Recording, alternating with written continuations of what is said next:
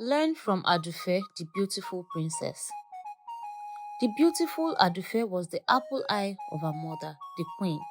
The king did not joke with her either. Adufe was the only child of the most powerful and feared Kabiyesi in the land.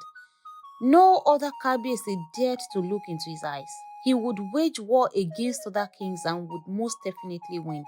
Even his chiefs would talk around him with fear in their voices. Adufe was ripe enough for marriage, but no one dared to come close to her for the fear of Kabiyesi. All who liked the princess only proposed in their thoughts and never let it out. Despite his fearsome demeanor, he loved Adufe dearly. However, Kabiyesi was sad about something. His wife would beg him for hours to eat his meal, yet he always looked away. Adufe would plead with Kabiyesi to eat, but he still wouldn't eat. For several nights, he would stand by the window, looking out into the sky. Maybe the stars would have an answer for him. The chiefs were worried about how Kabiyesi had decided to starve himself, so they came to meet with him. Otun rose and bowed to the Kabiyesi before speaking quite cautiously. Kabiyesi, we are worried about the way you're starving yourself. Please, whatever the problem is, we are here to help you solve it, my lord. Otun sat down, and Iyalode rose up to speak as well. Kábíyèsí o, ìkejì òòṣà, ọkọ gbogbo ìlú, we beg you, our father, please eat. The king heaved a long sigh, and they all bowed their faces. Kábíyèsí spoke with a very sober look. My ancestors have always had heirs early in their reign that they have the opportunity to get them ready. My father had me early as well and taught me the palace way early. But look at me. I'm getting old, but I still don't have an heir. Kabiyesi explained how sad he felt that he cannot produce his heir. Osi rose up. Osi told the king that there was still a way. The whole room felt like it was recharged. They were filled with anxiety to hear the solution that Osi had for them on the occasion. Osi was known for giving very wise advice to Kabiyesi. Some even wondered why he wasn't the Otun. Anyway, Osi told Kabiyesi that since getting an heir is proving elusive for the Kabiyesi, he could have another do it for him. Before anyone could utter a word, Osi quickly stepped forward to explain what he meant. He said that since it was hard for the king and Olori, why not allow Adufe get married so that she could bear the heir who will take over from Kabiyesi? There was silence in the room as Osi bowed and returned to his seat. Kabiyesi asked how and where would he get a husband for his daughter in such short notice. But Osi stood up again, bowed, and told Kabiyesi to organize an event where suitors would come present themselves to the princess. That way, she's sure to get the best man available. Kabiyesi was happy with the idea. He laughed heartily. The other chiefs clapped for Osi for his wisdom and how he had single-handedly restored Kabiyesi's appetite.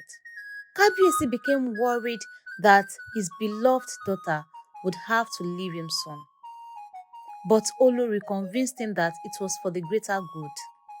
The chiefs believed that Olodumare would be kind to Adufe and that she would give birth to a male child first. After they had all eaten, Olori came into Adufe's room to let her know of the arrangement. Adufe couldn't believe that she had to get married because Kabiyesi needed an heir. She cried. Olori reminded her that she should have gotten married since, but she's so used to her father, the Kabiyesi, that she set too high a standard for men so she could spend more time at home. Adufe agreed that she was old enough. She complained that most of the men were ugly, too short, or too fat. She said a man who had the Kabiesi stature and charisma is what she wanted as a husband. Olori told her that one should not determine their spouse by looks because looks will change and beauty would fade. Kabiesi joined the women. He was so happy that Adufe had agreed to marry.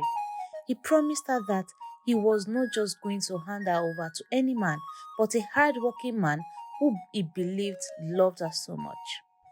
The palace became lively all of a sudden. The place was buzzing. Their princess will be married off soon. Kabiesi assigned some chiefs in charge of receiving visitors and those who were to inspect the men who had come to present themselves to the princess. Messengers were sent to different towns around the kingdom and beyond to inform them. What traveled far? Skilled artists were tasked to make the walls more beautiful than ever. Cleaners took turns to make sure that the compound was clean. They all loved the princess, so they all carried out their duties happily. Olori ordered a new set of fabrics and beads from a far kingdom. Adufe and the queen began to check through the clothes in the basket.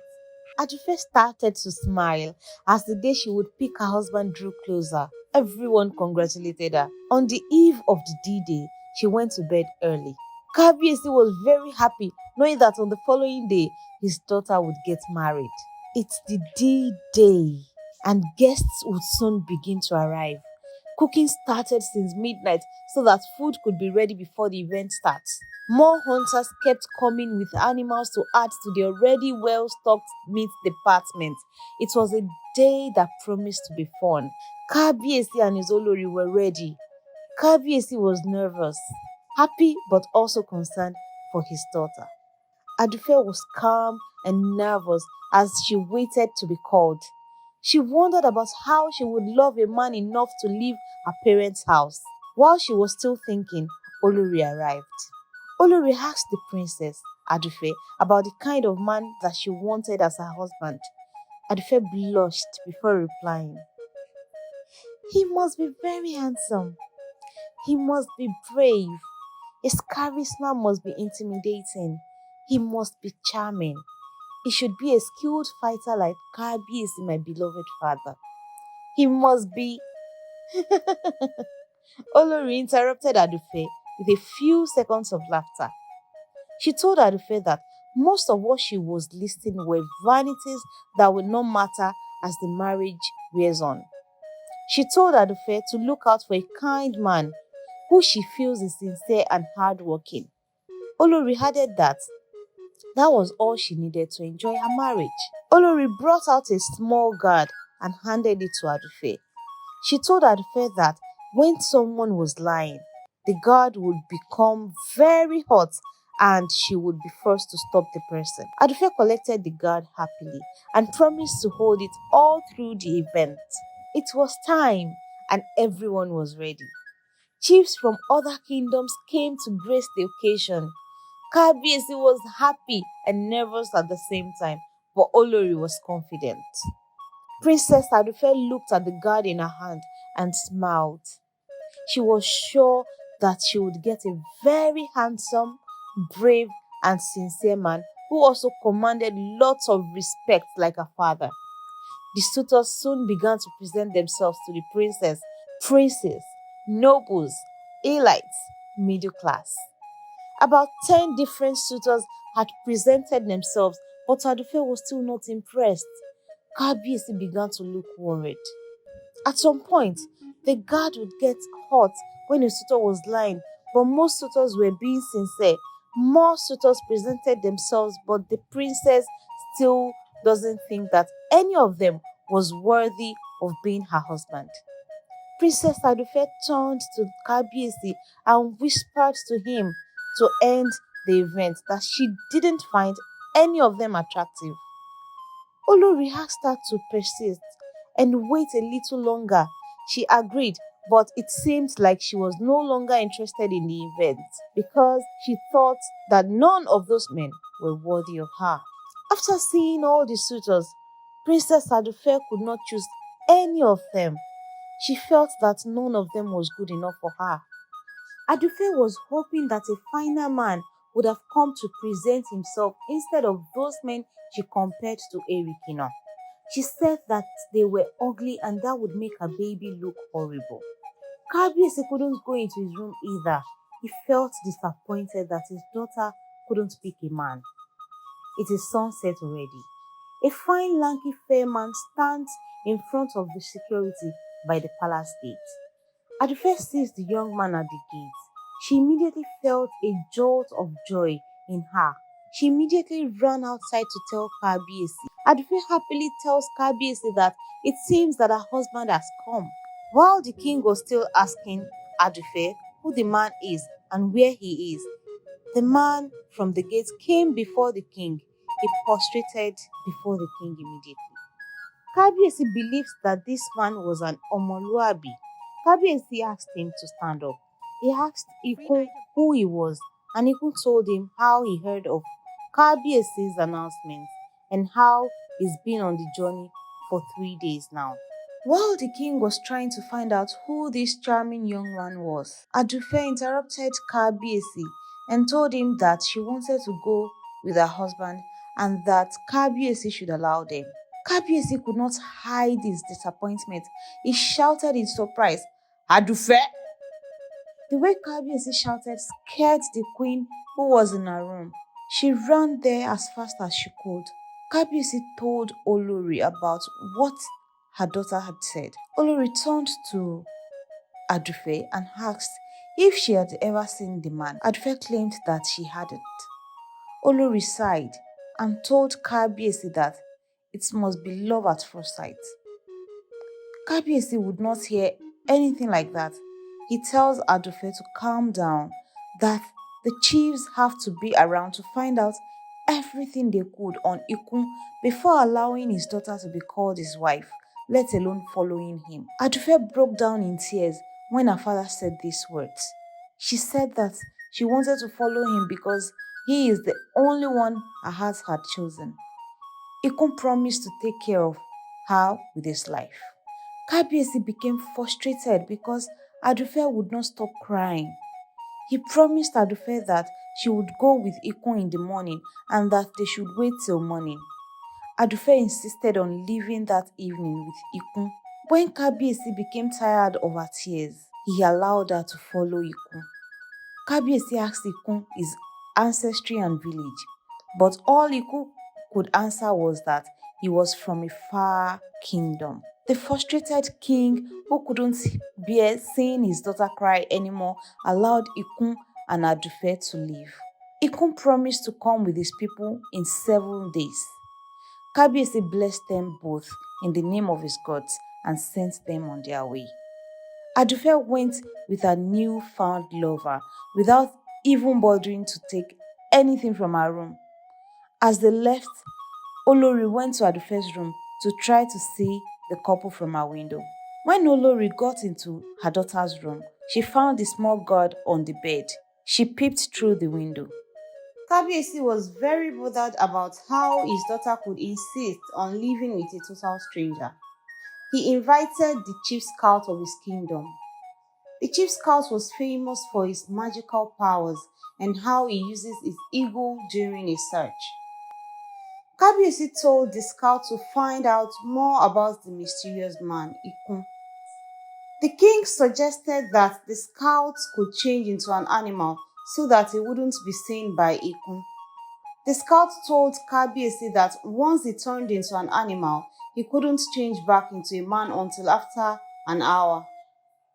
Kabiesi insisted that he needed him to be stealthy with this assignment. Immediately, the scout set out to begin his quest. Adufe and Ikun had passed 3 villages but were still not close to their destination. The chief scout had asked his eagle to follow the couple from the sky while he became a rat in order to follow them on land. It was night and the lovers had just gotten to a large graveyard. Ikun went to one of the graves and appreciated it for lending him his arm. Ikun dropped the arm. At this point, Adufe became very scared. Ikun got to another grave and returned one leg that he borrowed from heat. Adufe started crying at the time.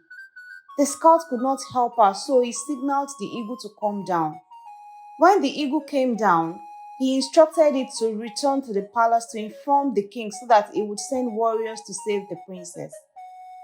He, however, promised the eagle that he was going to put down markers so the eagle could know their direction.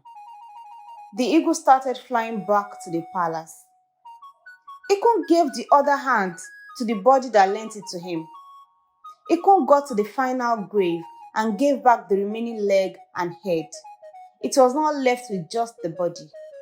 The teeth and eyes were on its chest. Finally, it dawned on Adufe that Ikun was a spirit and not a human. Ikun tied Adufe's hands and pushed her along. The rat followed closely while dropping flowers on the road. Adufe cried as she went on a journey she knew that she might not return from. Slowly but surely, even a snail will get to its destination. Adufe and Ikun got to his cave. Ikun pushed her into the cave and rolled a big stone in front of the cave. The rat thought of how to get in. It didn't take it long before it started digging a hole beside the rock. Adufe laid there, regretting her life's choices. She wished that she had taken her mind off just physical looks and focused on getting a good man. All this while, Ikun had fallen asleep after a good day of hunting. Kabiyesi on his own path wished he didn't try to force Adufe into marriage just so that he could have an heir. Now he thought to himself that he could lose both the throne and his only daughter. The palace experienced sadness and everyone was filled with regrets. At the cave, the rat had gotten in. The rat began to cut the ropes off the princess who lay down there hopelessly. As soon as the rat finished cutting the ropes, Adufe felt a little spark of hope. She felt she could escape this horrible experience and make better choices. The hole that the rat had dug was big enough for Adufe to crawl out. And so, Adufe escaped from the jaws of death. She fights with her last strength to run as fast as she could. However, the sleeping Ikun had woken up to eat his meal. Ikun shifted towards where he had tied Princess Adufe. When he found out that his meal was gone, he screamed. Adufe and the rat were already running as fast as they could. The eagle had delivered the chief scout's message to the king, and he had sent 2 brave warriors to save the princess. However, Ikun had rolled away the stone. He was determined to get back his meal. The warriors on horses were trying their best to save the princess before Ikun would hit her. But Ikun was already catching up with the tired princess. By the time Adufe looked behind, Ikun was a few meters away from her. The chief scout who changed into a rat to save the princess had begun to change back into his human form. Having changed, he took a big rock and threw it at Ikun that was approaching fast. But he dodged the rock and advanced. Thankfully for both the princess and the chief scout, the warriors arrived just in time. The warriors pointed their swords towards Ikun, who at the point had no choice but to back off. Ikun cried as he dragged himself back into his cave. The warriors put the princess and the chief scout on the horses and returned to the kingdom. Adufe returned to her parents. Kabiyesi told his family that if Olodumare wishes it for him to have an heir to the throne, it shall happen, but he is never trying to make an heir out of his daughter anymore. Adufe on her part apologized for looking for vanities when she had the chance to marry a kind-hearted man. The family learned from the event and decided to move on with their lives and accept whatever or whoever Olodumare wanted for them. And that is how the king, his daughter, and queen decided to live with whatever Olodumare chose for them. They lived happily ever after. I hope you enjoyed the story of Adufe the Beautiful Princess. For more African stories like this, please subscribe, like, and drop your comments. Thank you.